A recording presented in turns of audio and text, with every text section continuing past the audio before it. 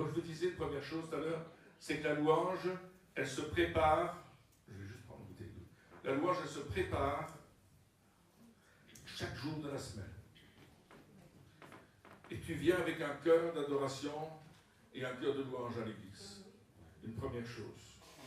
La prière, c'est vraiment très important. Votre santé. Elle est bonne. Il a changé l'eau en vin, n'oublions pas. La prière est très importante. Elle nous permet de remporter une victoire. Et j'aimerais lire avec vous un texte dans Exode 17, à partir du verset 8. Et le verset 8 commence par Amalek vint combattre Israël à Riphidim. Et rien que ces trois mots-là ont leur importance. Prenez des notes. Il y a des gens qui prennent des notes, c'est bien. Je vous félicite, vous aurez une récompense. Je vous donnerai une récompense, une sucette tout à l'heure. Alors Moïse dit à Josué, choisis-nous des hommes, sors et combat Amalek. Demain, je me tiendrai sur le sommet de la colline, la verge de Dieu dans ma main. Josué fit ce que lui avait dit Moïse pour combattre Amalek. Et Moïse, Aaron et Hur montèrent sur le sommet de la colline. Lorsque Moïse élevait la main, Israël était le plus fort. Lorsqu'il baissait la main, Amalek était le plus fort. Les mains de Moïse étant fatiguées, ils prirent une pierre qu'ils placèrent sous lui et il s'assit dessus. Aaron et Hur soutenaient ses mains, l'un d'un côté, l'autre de l'autre, et ses mains restèrent fermes jusqu'au coucher du soleil. Et Josué vainquit Amalek et son peuple au tranchant de l'épée.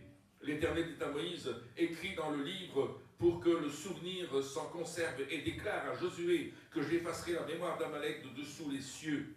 Moïse bâtit un autel et donna pour don l'Éternel ma bannière. Et il dit, parce que la main a été levée sur le trône de l'Éternel, il y aura guerre de l'Éternel entre Amalek de génération en génération. Un texte que nous connaissons bien parce que nous avons déjà lu ce texte d'Exode 17 de cette guerre. Mais il y a une chose intéressante, c'est que le peuple vient de sortir d'Égypte, 430 ans d'esclavage. 430 ans, ça fait pas mal de générations, plus de 10 générations. On compte une génération, c'est 40 ans. Donc c'est 11 générations qui ont été dans l'esclavage. Est-ce que ça nous fait penser à notre vie, où nos générations ont été dans l'esclavage? Peut-être vous découvrez Jésus aujourd'hui, mais vous ne l'aviez jamais découvert auparavant. Vous aviez bien une religion, mais pas une relation avec Dieu. Ça fait toute la différence. J'ai eu le privilège de naître et d'être la 4e génération de personnes converties dans ma famille. Parce que 4 générations auparavant, mon grand-père, mon arrière-grand-père est sorti de l'esclavage, du péché. De l'esclavage que Satan avait mis sur lui, l'esclavage que le diable avait mis sur lui. Et moi j'ai hérité de sa sortie du désert. Et vous? Voilà 430 ans qu'ils sont prisonniers, esclaves. Et Dieu va les faire sortir. Et va les appeler l'armée de l'Éternel. Joseph, un jour, vous a parlé de ça dans un message, en disant que malgré qu'ils avaient été esclaves et que c'était des gens qui travaillaient la terre et qui travaillaient les briques, etc., il les a appelés l'armée de l'Éternel. Alléluia. Le peuple de Dieu vient de voir des miracles extraordinaires. Lorsque Pharaon les poursuivait avec ses chars en acier et ses chevaux puissants, il était incapable de les rejoindre. Il cavalait, on dit ça cavaler, hein, un cheval c'est cavaler, il cavalait, et ils n'arrivaient même pas à les atteindre. C'est comme si la distance ne rétrécissait jamais entre le peuple d'Israël et eux. Pourquoi? Parce que Dieu avait mis sa main. Ça, c'est déjà un premier miracle. Amen. Deuxième miracle, ils sont arrivés devant la mer Rouge. Et là, ils ont dit, on va tous crever ici. Parce que quand ils sont arrivés devant la difficulté, ils n'ont pas regardé à ce que Dieu faisait, ils ont regardé à ce qu'ils n'avaient pas. Est-ce que ça parle à quelqu'un, ça? Et ils ont commencé à râler. Et puis Moïse a obéi à Dieu, il a levé son bâton et la mer s'est fendue en Dieu. Un deuxième miracle extraordinaire, entre nous soit dit. Puis ils ont traversé la mer Rouge et enfin Pharaon a pu traverser aussi. Malheureusement, au milieu de la mer Rouge, celle-ci s'est refermée sur eux. Et on a le cantique, n'est-ce pas, de Marie, la sœur d'Aaron, qui chante et qui dit que Dieu a tué les chars et les soldats des Égyptiens. Deuxième miracle. Ils continuent à marcher dans le désert, plus de 600 hommes, sans compter les enfants et les brebis et les troupeaux, énorme, n'est-ce pas? Ça a pris pas mal de temps pour arriver dans le désert. Et puis ils sont dans le désert. Et ils marchent vers le pays de la promesse. Et Dieu a dit, tu vas aller dans le pays de la promesse. Et il y a des promesses qui ont été faites à Abraham, à Isaac et à Jacob. Des promesses où ils ont dit que Dieu les multiplierait, qu'ils seraient aussi nombreux que le sable des mers. Qu'ils seraient une bénédiction pour les nations. Ils ont reçu des promesses. Qui a reçu des promesses ici? Qui a reçu des paroles prophétiques ici? Lève ta main. Qui a reçu une parole prophétique? Fais comme ça, c'est reçu une. Qui en a reçu deux? Fais comme ça, c'est reçu deux. Qui en a reçu 4? Qui en a reçu 20? Wow! Souvent nous sommes oublieux, n'est-ce pas? On veut les paroles prophétiques, mais on veut qu'elles se réalisent tout de suite. Comme cet homme qui disait à Dieu, donne-moi la patience, mais donne-la moi maintenant. Je ne peux pas attendre. J'ai chaud. J'ai chaud, hein? Mais pas chaud. Moi j'ai toujours chaud.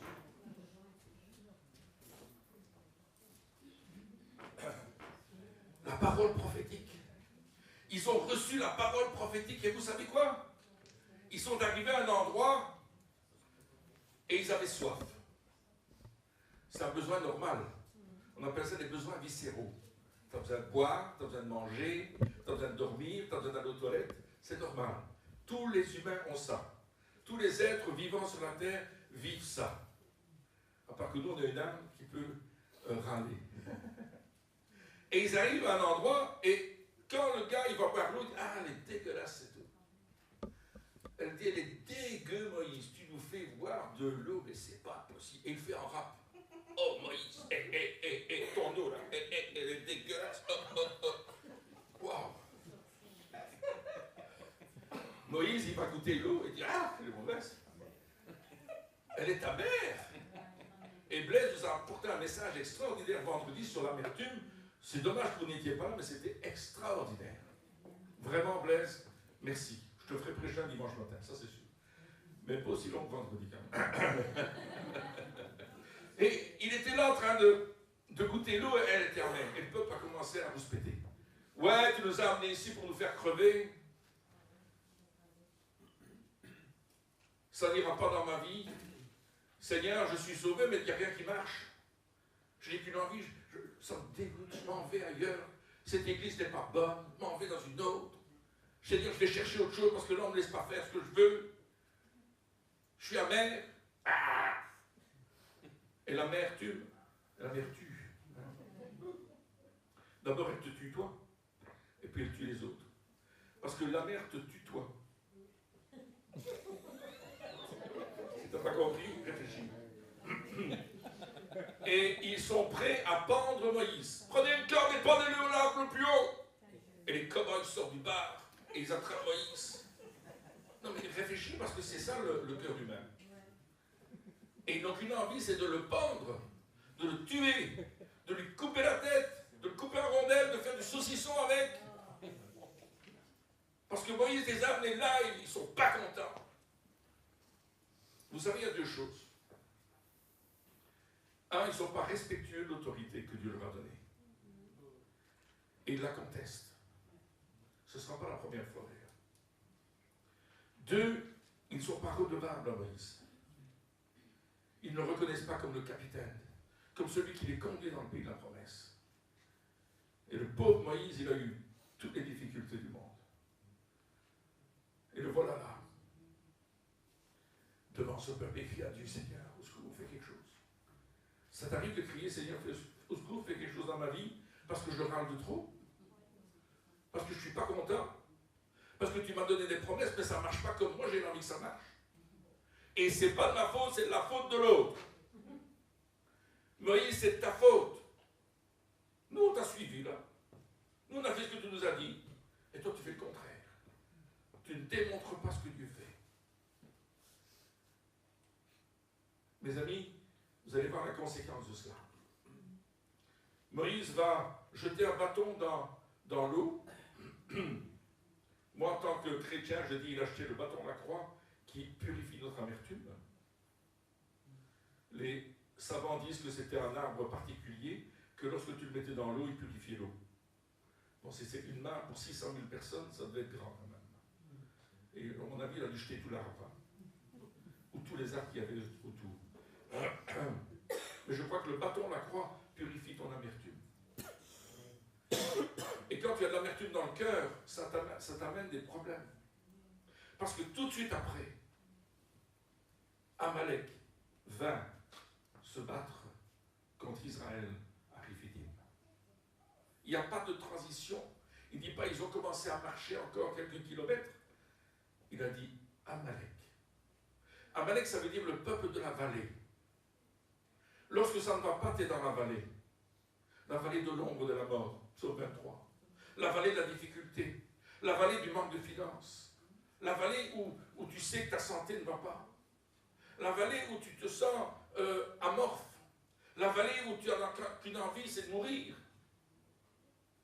Et Amalek, c'est le peuple qui t'amène dans la vallée et il va te combattre dans la vallée.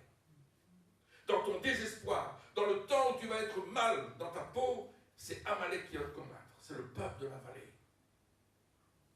Rephidim veut dire le lieu du repos. C'est le club Med, quoi. Ils ont mis des parasols autour de l'étang. L'eau est devenue bonne. Ils disent, on est pas mal ici. Tout compte fait, si on passait notre vie ici. Mais tu ne passes pas ta vie au club Med. Tu ne peux pas vivre dans un hôtel toute l'année en allant jouer à la plage. Et c'est impossible, n'est-ce pas? Il y en a qui le font. On aimerait bien. Mais je te dis qu'après une semaine, tu en aurais ras-le-bol.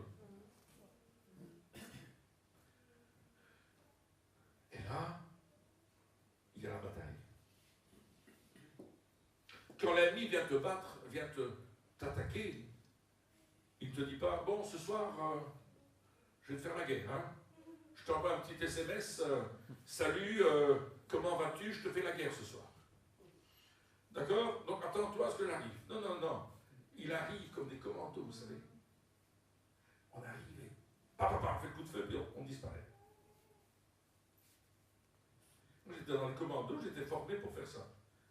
Faire sauter les antennes radio, faire sauter les ponts, les routes.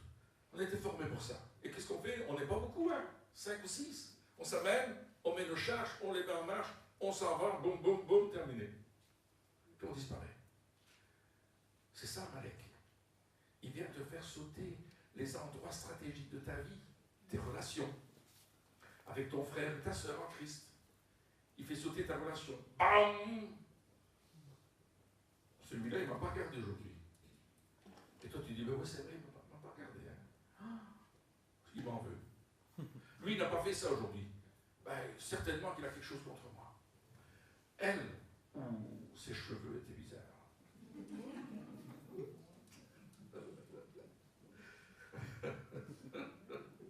Sûrement qu'elle a fait ça pour me provoquer, pour que je ne sois pas content. De vrai. Et on sort toutes sortes de bêtises. Et on ne comprend pas une chose, c'est qu'Amalek veut te détruire. Tu ne comprends pas qu'Amalek, il veut t'amener à l'endroit où il pourra te tabasser sans problème. Vous comprenez? Si vous êtes nombreux, je ne peux pas m'attaquer à vous, admettons que je sois un gangster. Parce que vous allez tous me sauter dessus, Par contre, si je vous attends au coin de la rue le soir, oh, j'étais pris en photo là, j'ai entendu. Si tu es dans le coin de la rue le soir, et que tu es en train de te promener, que moi je suis là, j'ai mis ma cagoule, mes deux yeux sont là, hein, parce qu'ils sortent de la cagoule, et puis tu arrives, elle arrive, viens. tu es là, et puis elle se promène avec son sac gentiment. Viens avec ton sac. Donc, tu portes en dessous du bras, tu passes là. Moi, j'ai mis ma cagoule. Je vais recevoir un coup de sac, je veux ça. Et puis, j'arrive par derrière. Elle ne sait pas que je suis là. Et je l'attaque. Bam! Elle tombe par terre, elle tombe pas. Et je lui vole son sac, elle ne sait pas. Je lui vole ses vêtements. C'est parti, moi qui crie. Ça te va bien, ça. Ça va bien, hein? Ça me rappelle mon jeune temps. J'ai été délivré, moi je suis sorti d'esclavage, je vous le dis. Hein. Vous imaginez un peu ce que Satan va faire? Il va venir te voler ton amitié. Qu'est-ce qu'il nous vole? Qui nous vole des biens matériels, on s'en fiche encore. Que ça peut faire? On va pas les emmener avec nous au paradis. On est venu tout nu au monde, on va retourner tout nu au monde, au ciel. Vous savez ça? Donc je ne pas tellement grave. Mais il vole ton amitié entre ton frère et ta soeur. Amalek, il vient voler ta relation avec Dieu. Il vient voler ta relation avec ta famille. Il vient voler ta relation avec tes amis les plus proches. Et souvent on dit, ouais, c'est de sa faute. Hein. Souvent il fait encore des choses pas bien. Et je commence à voir ce que l'autre ne fait pas, au lieu de voir ce que l'autre a fait de bien. Amalek attaque Israël à Rephidim. Et vous voyez, là, il y a des leçons à tirer. Moïse, il dit, je vais monter sur la montagne et je vais prier. T'as qu'à prier. Me dit toujours Marina. Je le dis. Oui, vous allez dire, t'as qu'à prier. C'est vrai. T'as qu'à prier. T'as raté, t'as qu'à attaquer, comme dirait l'autre.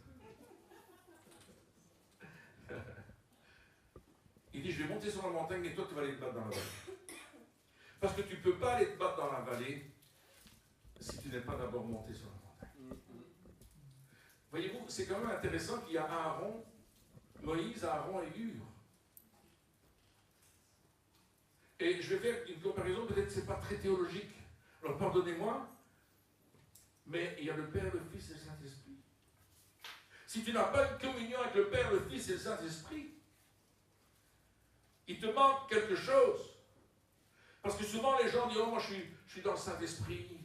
Et vous savez ce qu'ils font ces gens-là? Ils chantent.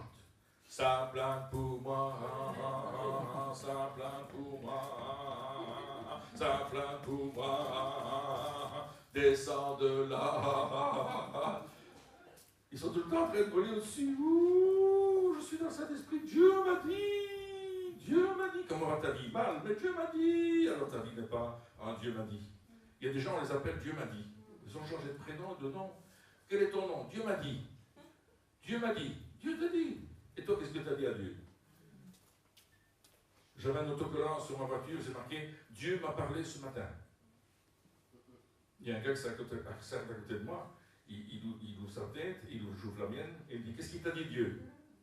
Je dis, Dieu, il a dit qu'il t'aimait, qu'il veut te sauver. Ah, il est parti de toute vitesse. C'était radical. Je ne l'ai pas poursuivi.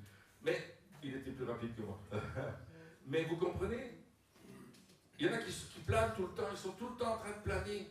C'est tout le temps le Saint-Esprit, c'est tout le temps. Mais non, écoute, est-ce que tu es fait en chair et en os? Fais-toi une pincette, vérifie si c'est bien. Vérifie si tu es bien en chair et en os. Ouais. Tu es bien en chair, c'est sûr. En os, je ne sais pas. Est-ce que vous êtes bien en chair et en os? Il y en a qui sont bien en chair. Moi, je suis bien en chair, je le sais. Mais je suis aussi en os. On ne plante pas, on a une relation avec le Père à travers le Fils qui nous envoie le Saint-Esprit. Et on vit une relation avec les trois, pas une relation toute seule. Jésus n'a jamais été tout seul sur la terre.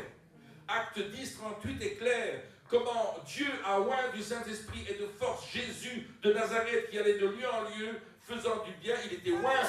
Le Père a oint le Fils pour qu'il avance. Et Jésus va dire, je ne fais rien que je ne dois faire au Père, dans Jean 5, 19. Vous pouvez prendre ces références.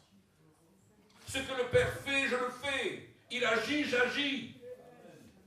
J'ai trop de chrétiens qui agissent, j'ai agi parce que le Saint-Esprit me l'a dit.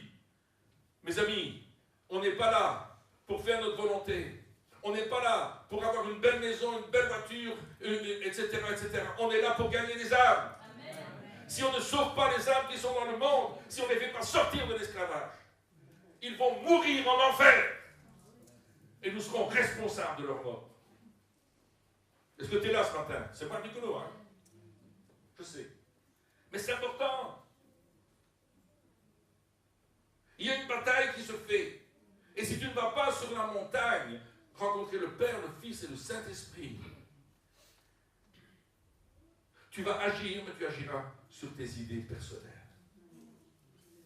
Et quand tu agis sur tes idées personnelles, sur ce que tu crois bon, sur ce que tu crois juste, tu es juste à côté de ce que Dieu veut faire. Comment je peux vous dire ça? Mais par expérience. J'ai souvent voulu agir sur mes idées personnelles. J'ai souvent voulu agir comme tout le monde agissait. Parce que je trouvais que c'était peut-être la bonne manière. Et je me suis royalement planté. Parce que les résultats n'ont pas été ceux que je voulais qu'ils soient. Je vais essayer de ne pas être compliqué. Je sens que je commence à être compliqué.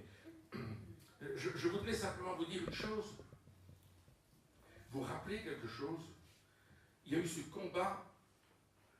Et ce combat, il est venu parce que le peuple avait râlé. Parce que le peuple s'était fâché contre Dieu.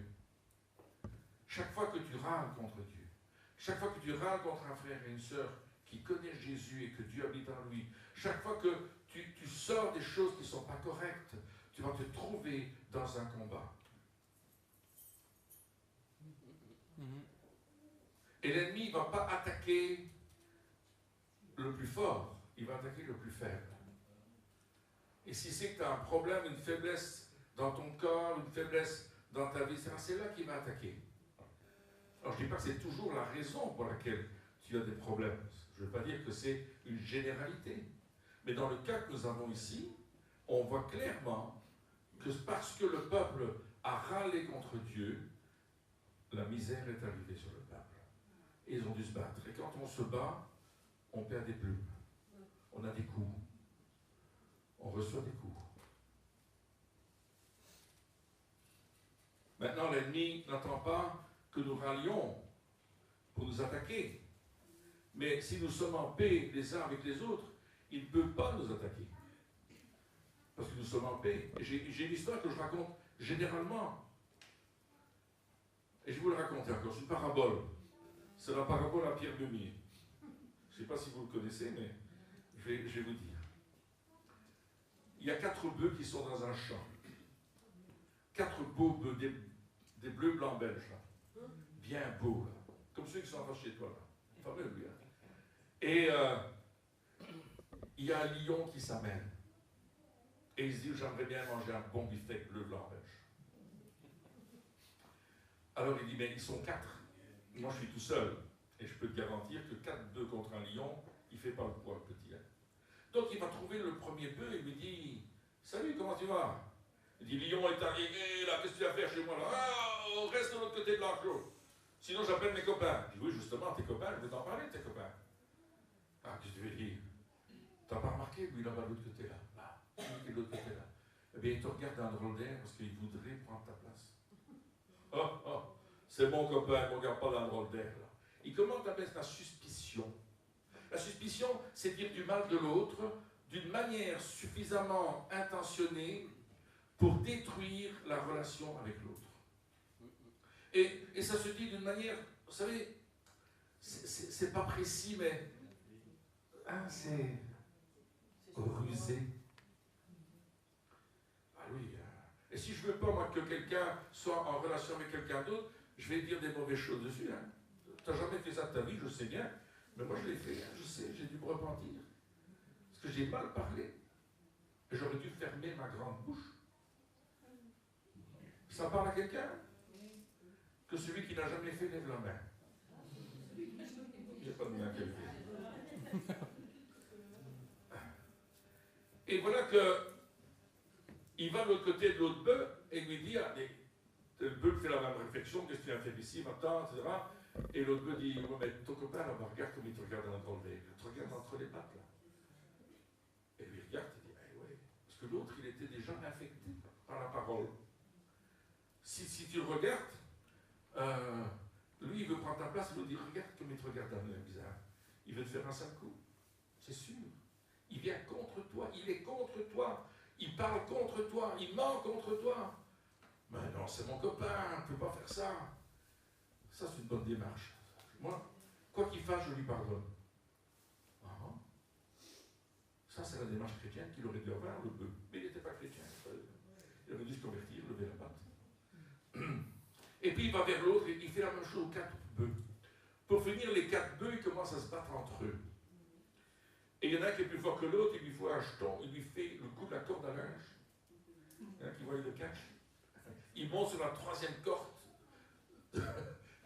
Et il saute dessus, et boum, il l'aplatit, et puis l'autre vient dessus, l'autre tire par la patte de derrière, et boum, il se tape dessus. Et quand ils sont bien amochés tous les 4, le lion, il se passe au-dessus, il dit, maintenant, avant le steak. C'est comme ça que Satan il fait. Il vient t'attaquer quand tu ne t'en rends pas compte. Et il va te monter contre ton frère, contre ta soeur, contre ton ami, contre une autre église, contre un autre serviteur de Dieu. Et il va tout faire pour te démolir. Il va te donner des faux enseignements. Aujourd'hui, on parle sur le net, on parle d'un homme, d'un pasteur, je ne citerai pas son nom. Lui a cité le mien sur Internet, je ne le connais pas, mais peu importe. Et cet homme, il fait des bêtises. Si les femmes africaines mettent des cheveux avec des nattes, il coupe les nattes. Et dit que c'est diabolique. Et puis il fait toutes sortes de trucs comme ça.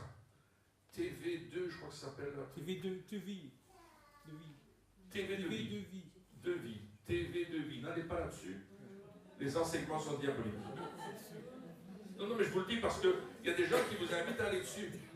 C'est le gars qui dit donne pas la dîme, donne pas l'offrande, prends plus la Sainte Seine, etc. Tous les pasteurs sont faux. Tous les pasteurs sont faux, il n'y a plus qui est bon, évidemment. Et hésitons-le, n'allons pas chez lui. Ne va pas écouter ses enseignements. Quelqu'un est venu me voir en m'apportant les DVD et le livre du bonhomme. Et il m'a dit, j'aimerais que tu écoutes ça. J'ai dit, je ne veux même pas écouter. Je ne veux même pas lire son livre, parce qu'il a divisé des églises, et moi je le sais. Ne te laisse pas influencer par des fausses doctrines. C'est facile, hein? Et après, il pique ta vie. Et puis, il te pique ta vie. Parce qu'il rend les gens esclaves. Fais attention. Vous savez, il y a 4 types de chrétiens. Je vous l'ai dit, face à l'épreuve et à la tentation, on peut discerner 4 types de personnes.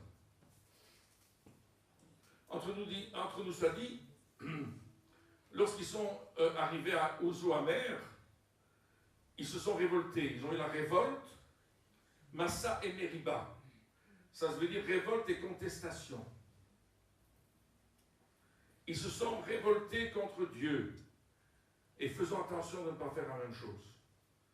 4 types de personnes face à l'épreuve. Celles qui font bouger les choses. Ça, c'est le premier type de personne. Ça ne va pas, mais je vais faire bouger. Je suis dans l'épreuve, mais moi, je ne vais pas rester dans l'épreuve. Je vais louer le Seigneur. Je vais commencer à proclamer que Dieu est vivant. Je vais commencer à prendre autorité sur les puissances des ténèbres. Et ce matin, moi, je prends autorité sur tout esprit de sorcellerie, tout esprit de divination, tout esprit mauvais dans les lieux célestes, selon ce que l'apôtre Paul dit dans Éphésiens 6, au nom de Jésus. Et j'interdis à ces esprits de sorcellerie d'atteindre notre Église, d'atteindre les responsables, d'atteindre chacun d'entre vous. Je prie pour chacun d'entre vous. Cette nuit, Jean-Claude, j'ai prié pour toi cette nuit. Dieu m'a dit, prie pour Jean-Claude, il a besoin de prière. J'ai prié pour toi de manière très spéciale, parce que Dieu m'a demandé de le faire. Voyez-vous, ce n'est pas le tout de prier pour tout le monde, c'est un certain moment de prier inspiré par le Saint-Esprit. Maintenant, je ne vous dirai pas pour qui j'ai prié d'autres, mais je voulais te dire à toi, Jean-Claude. Je voulais que tu le saches. Parce que Dieu nous amène pour faire bouger les choses. Si dans ta vie il y a une difficulté, ne commence pas à attendre que quelqu'un d'autre le fasse. Fais bouger les choses dans ta vie. Ou bien Pierre, je suis tellement faible. Eh bien, tu peux être faible, mais quand tu vas commencer à les faire bouger, tu vas devenir fort. Il y a un deuxième type de personnes devant la difficulté et devant l'épreuve. Les personnes qui laissent, elles regardent, Elle regarde les choses se produire. Ça se produit et son spectateur. Oh, oh, t'as vu? Oh, oh, ça c'est. Oh, ah, t'as pas vu ce qu'il a fait? T'as pas entendu ce qu'il a dit? T'as pas remarqué ce que. Et on laisse les choses se produire. Face à l'épreuve, la difficulté. C'est comme ça. Troisièmement, celle qui se demande qu'est-ce qui est arrivé. Il s'est passé quelque chose? Ah, ça c'est généralement les personnes qui ne sont jamais là dans les cultes. J'ai constaté une chose. Il y a des gens qui ne viennent pas aux réunions de prière, pas aux réunions d'études bibliques, pas au culte. Parce que ça ne les intéresse pas. Mais quand ils sont devant une fausse doctrine, ils ne savent pas quoi répondre. Et ils se laissent embarquer parce qu'ils n'ont pas la connaissance de la parole de Dieu. Ils n'ont pas la connaissance de la prière. Donc, ils viennent te dire, il n'y a jamais rien qui se passe dans l'église. Une paire de baffes, ils ont besoin. Parce que si tu n'es pas présent quand il se passe quelque chose, ne viens pas me dire qu'il ne se passe jamais rien. Vous êtes là? Et ça, c'est important. J'ai des gens qui viennent me dire, on n'évangélise pas. Tu n'es jamais là à l'équipe d'évangélisation. Alors tais-toi. Viens. Toi, évangélise. Arrête de dire c'est les autres. Qu'est-ce qui s'est passé? Vous avez été bénis. Ah, mercredi, Daniel Boudria est venu. On a été bénis. Les gens disent, ah, on ne savait pas qui venait. Tu n'as pas lu ton horaire. Tu as eu un horaire, tu n'as pas lu. Tant pis pour toi. Tu as perdu quelque chose que Dieu voulait te donner. Ah, Pierre, tu ne dois pas faire ça. Si, c'est ça que je vais faire. Et puis, il y a celles qui ne savent même pas que quelque chose s'est passé. Il y a des gens qui sont dans l'église. Ils ne savent même pas qu'il y a eu une bénédiction. Ils ne savent même pas qu'il y a eu quelque chose. Et ils sont là, béats. Oh, oh, oh. Ils viennent chauffer la chaise. Mais la chaise n'a pas besoin d'être chauffée. Le combat spirituel, mes amis, c'est lorsque je fais bouger les choses. Moïse, Aaron et Hur ont commencé à faire bouger les choses, sont montés sur la colline. Et là, ils se sont tenus debout devant Dieu. Et à un certain moment, Moïse avait élevé ce bâton qui représente l'autorité, qui représente le nom de Jésus, qui représente la croix, où le sang a été versé pour vaincre les dominations et toute autorité. Et il a commencé à prendre position. Et à un certain moment, c'était tellement fatigant. Quand tu laisses ton bras comme ça levé avec quelque chose dans la main, je te garantis que ton bras va s'endormir. Tu peux essayer. Après 2 heures, tu vas voir. Après 3 heures, tu verras. Il est resté toute la journée. Et puis il était fatigué, on l'a mis sur une pierre. Et puis ils ont tenu ses bras. Et quand il avait les bras levés, il gagnait la guerre. Quand il avait les bras baissés, il perdait la guerre. Si tu manques de prière personnelle, si tu manques de prière avec les frères et sœurs, si tu manques de prière dans la vie de tous les jours, tu vas perdre la bataille. Pas de secret. Il y a beaucoup de chrétiens qui n'ont pas de vision. Quand on leur demande, vous avez de la vision? On dit non, nous on a la télévision. Parce qu'ils sont accros aux TV. TV est allumé du matin au soir dans la maison. Et regarde toutes sortes de choses. Ils regardent des enseignements sur toutes sortes de choses qu'on passe à la télé. Même si tu regardes des émissions qui sont des émissions de nature, ou des émissions de chasse, ou des émissions, je ne sais pas moi, Ushaïwan, comment on dit? Ushuaïa, je vois que vous regardez. Tout ça c'est bien. Mais ne te laisse pas enseigner par la télé. Toi non plus. Lis la parole de Dieu. Va sur Internet, va sur des sites où il y a des prédicateurs comme Rémi Bell ou comment il s'appelle, Fondacci qui est venu l'autre jour, etc. Je vais attendre que vous ayez fini de parler. Tu traduis? Il se plaît nickel beach, je disais qu'il y a des gens qui n'ont pas de vision, ils ont la télévision. Tellement ils sont branchés TV. Alors ils ne vont pas lire la parole de Dieu, ils vont pas lire. Vous savez, on a Internet aujourd'hui. Vous avez Internet. Qui c'est qui est sur Facebook ici? Montrez-moi votre main. Il y a quelques-uns, hein? Bon, ben, donc si vous êtes sur Facebook, vous pouvez aller sur toutes sortes de choses. Vous allez sur des sites chrétiens français, Fondacci, par exemple. Vous allez écouter ces messages, vous allez écouter les messages de COP, vous allez écouter les messages des gens qui passent ici, Pierre-Daniel Martin, des gens comme ça, sur YouTube, vous pouvez trouver ça, sur TV chrétienne, vous pouvez trouver ça. Allez, enseignez-vous. Jésus revient bientôt. Oh! Amen. Vous voulez rester ici? Qui c'est qui veut rester ici? Vous trouvez bien, le bâtiment est beau, on a mis les belles couleurs. Voilà. Joseph et Marina ont bien travaillé, Geoffrey aussi. Ils ont fait des belles décorations. Oh, on est bien ici. Oh, comme on est bien ici. Tu ne seras jamais bien si tu ne vas pas chercher des âmes perdues. Tu ne seras jamais bien si tu ne fais pas ce que Dieu te demande de faire. Tu ne seras jamais bien si tu n'as pas une relation avec Dieu. Parce que dans la vallée, il y a le combat spirituel. Et voyez-vous, on ne fait pas les choses parce que tu as l'envie de les faire. On ne fait pas les choses parce que les gens ont l'envie de faire les choses. Vous les faites parce que c'est la voie de Dieu. Ne te laisse pas discréditer par l'ennemi. Ne te laisse pas vaincre par l'ennemi. Ne te laisse pas vaincre par le mal, mais sûrement le mal par le bien. Et reconnais tes responsabilités. Quand j'étais jeune chrétien,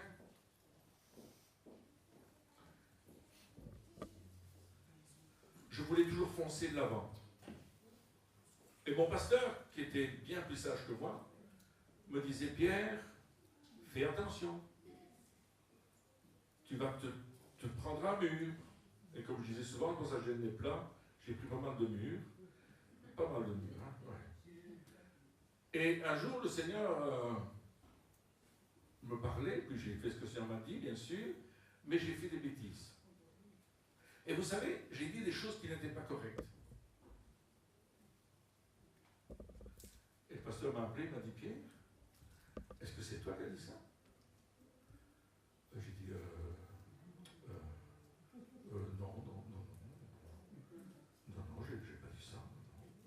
Non, c'est pas moi, la personne a dit mal comprendre. J'ai fait ça, je ne raconte pas quelque chose de pas vrai, c'est vrai, je l'ai vécu.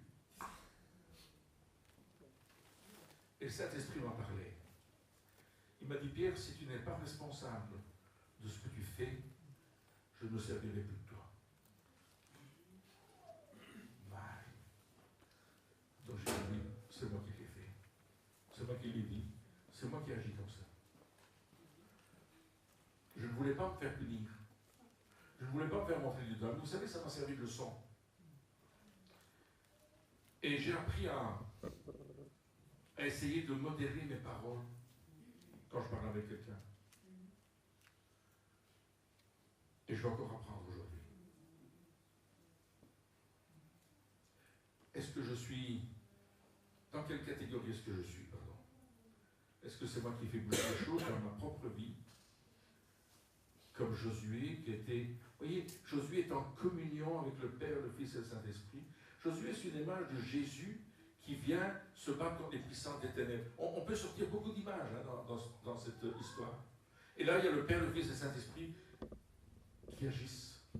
Il est en communion. C'est-à-dire que le Fils, il est dans la vallée, comment est-ce qu'il peut être au-dessus? Mais il y a cette communion. Dieu n'est pas divisé. Dieu n'est pas séparé. Et nous devons aller au combat dans notre vie de tous les jours. Parce que Dieu nous appelle à aller dans le monde. Nous ne sommes pas du monde. Mais nous sommes appelés à aller dans le monde pour toucher les personnes, pour leur parler, pour leur dire que Jésus les aime. Alors, qu'est-ce qu'il faut faire? Ah, ça c'est intéressant.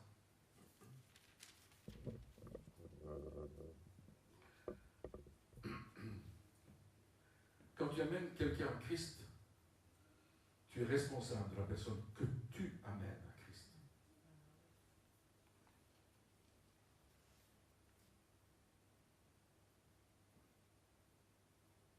J'aimerais que tu enregistres cette parole.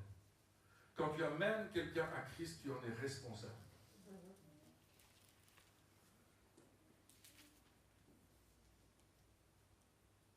Parce que généralement, les gens, ils se disent des responsables. Comment c'est? Des responsables.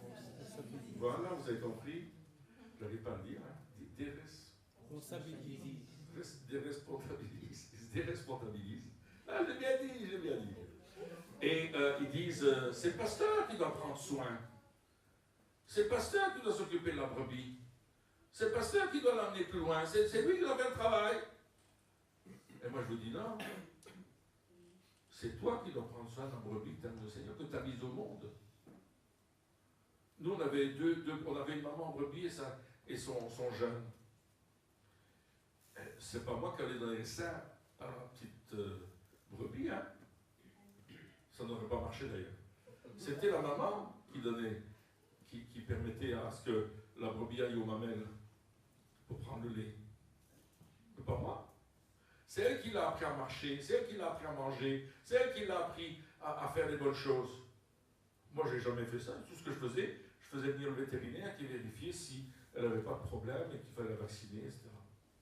Et après, j'ai vérifié si elle en était très bonne en la mangeant. Mais ça, c'est une autre histoire. Mais c'est vous qui êtes responsable des brebis que vous amenez. C'est responsable de ce que tu vas dire aux gens que tu amènes à l'église. Et les gens peuvent être de mauvaise humeur quand ils viennent à l'église, parce qu'ils n'aiment pas. Ils n'aiment pas. Waouh! Mais c'est pas grave. Toi, tu les aimes, et toi, tu vas continuer le travail et les amener plus loin. On a une responsabilité. J'aimerais que vous compreniez que vous êtes responsable. Vous n'êtes pas des spectateurs. Si vous croyez que vous êtes un spectateur, vous avez tout faux. Vous devez être un acteur dans la vie des gens. Josué est allé dans la vallée avec la troupe. Moïse, Aaron et Hur sont allés sur la montagne. Leur travail était plus important que le travail de Josué. Moi, je dis aux intercesseurs, félicitations. Mais continuez à intercéder pour les bonnes choses. Arrêtons d'intercéder pour des peccadilles. Commençons à intercéder pour faire reculer les ténèbres. Commençons à intercéder pour que les puissances des ténèbres qui règnent sur cette ville tombent. Continuons à intercéder pour que nous ayons l'unité entre l'église qui est dans cette ville. Continuons à proclamer que nous allons gouverner cette ville. Hello! Amen. Arrêtons de prier pour des peccadilles. Seigneur, donne-moi un nouveau vélo. Seigneur, donne-moi les papiers que j'ai besoin. Mais Dieu va nous les donner, on est ses enfants. Yes. Arrêtons de croire que Dieu ne va pas le faire. Prends autorité. Mais l'important, c'est pas ça. C'est pas ça la prière. La prière, c'est pas donne-moi une nouvelle maison, une nouvelle auto. Mais Dieu va te donner une nouvelle maison, une nouvelle auto. C'est ton papa. En moins que t'aies cassé l'auto et qu'il ne veut pas t'en donner une nouvelle. Ça, c'est une autre histoire. Parce qu'il sait que c'est dangereux pour toi. Mais l'important, c'est qu'il va te donner ce que tu as besoin. Toutes choses nous seront données par-dessus si tu cherches premièrement le royaume et la justice de Dieu. Arrête de dire j'ai besoin, c'est la faute des autres. Je n'ai pas ce que j'ai, je suis malheureux, je suis pauvre. Non. Commence à prier. Prie pour les missions. Tu as vu qu'on a trois petits enfants qu'on soutient, plus un prédicateur ou deux, je ne sais plus enfin. Commence à prier pour eux. Combien de temps tu as prié pour eux cette semaine? On a notre Héloïse qui est au Canada. Combien de temps tu pries pour elle? Combien de fois tu es allé sur Skype pour lui parler? Sur Facebook pour lui donner un message? Il y en a qui le font tous les jours, ça c'est bien. C'est ça. Comprenez ce que je suis en train de vous dire. Vous êtes responsable. Vous avez un trésor entre les mains. Développez-le. Cette ville de Mons ne sera pas atteinte par l'évangile si nous ne sommes pas des personnes responsables. Amen. Et ce n'est pas seulement l'équipe élargie qui est responsable, c'est toute l'église qui est responsable. Et on doit se lever. Moïse, Aaron et Hur sont allés sur la montagne. Si votre appel c'est d'aller sur la montagne, alors soyez fidèles, levez le bras toute la journée jusqu'à ce que la guerre soit vaincue, soit gagnée. Si ton rôle c'est d'aller dans la vallée, va dans la vallée. Mais ne reste pas entre les deux en disant oh, c'est pas mal. Je me souviens d'un jeu que j'ai fait quand j'étais militaire. Enfin, j'appelle ça un jeu parce que c'était un jeu. On devait prendre une colline. Et dans la colline, il y avait des ennemis. C'était la nuit. Il fallait prendre la colline et arriver le premier en haut sans se faire tuer sur le chemin.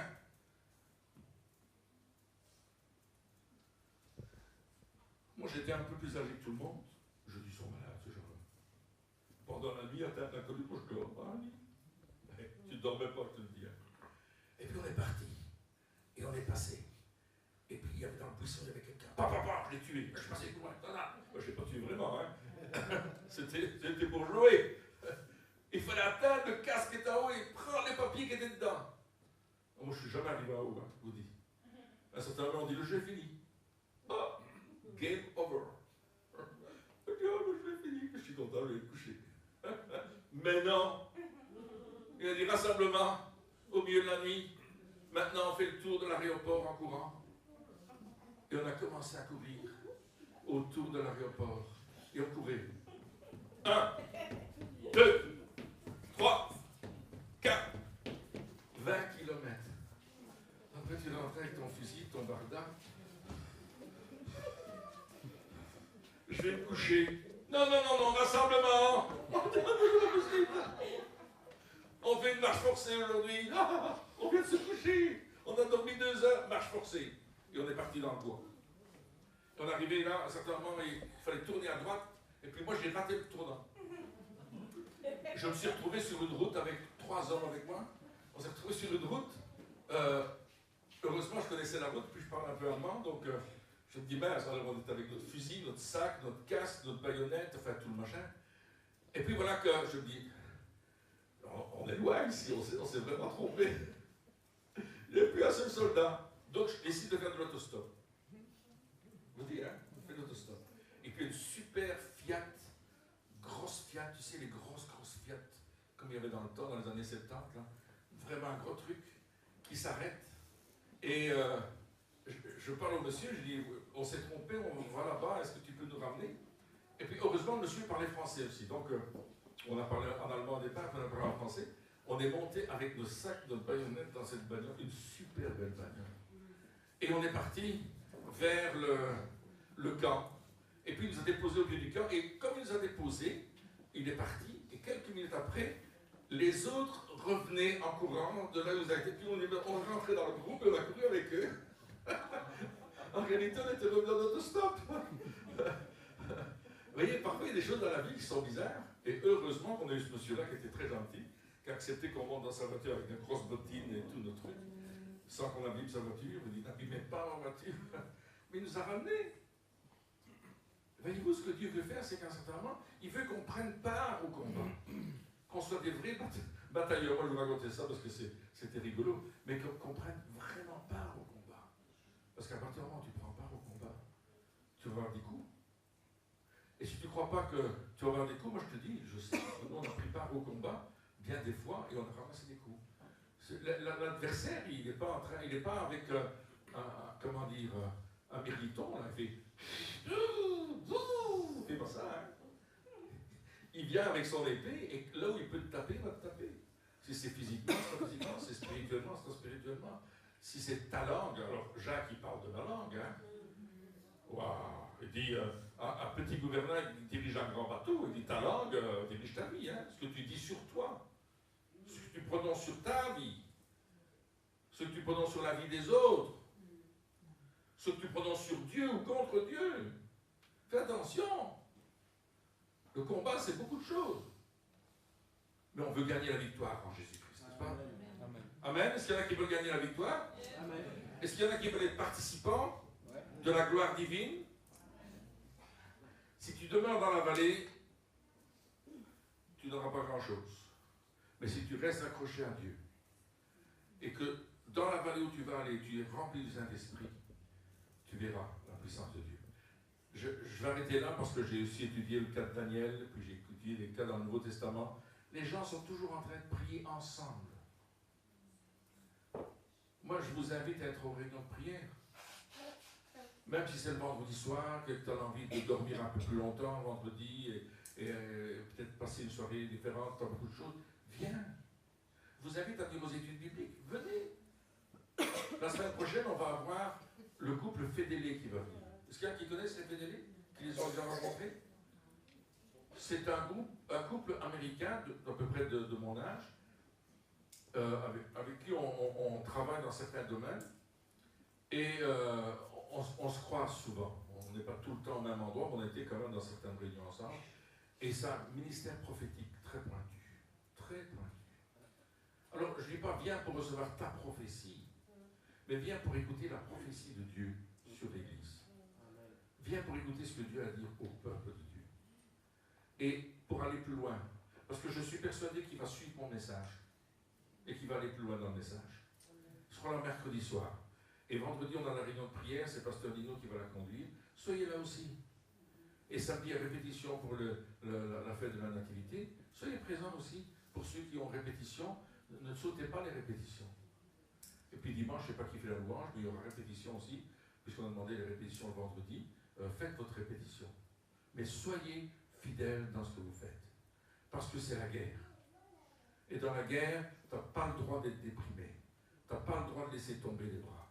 Tu n'as pas le droit de dire je ne peux pas aller, je me porte pas aujourd'hui, je m'en vais à l'infirmerie et je prends 3 jours de congé. Tu n'as pas le droit.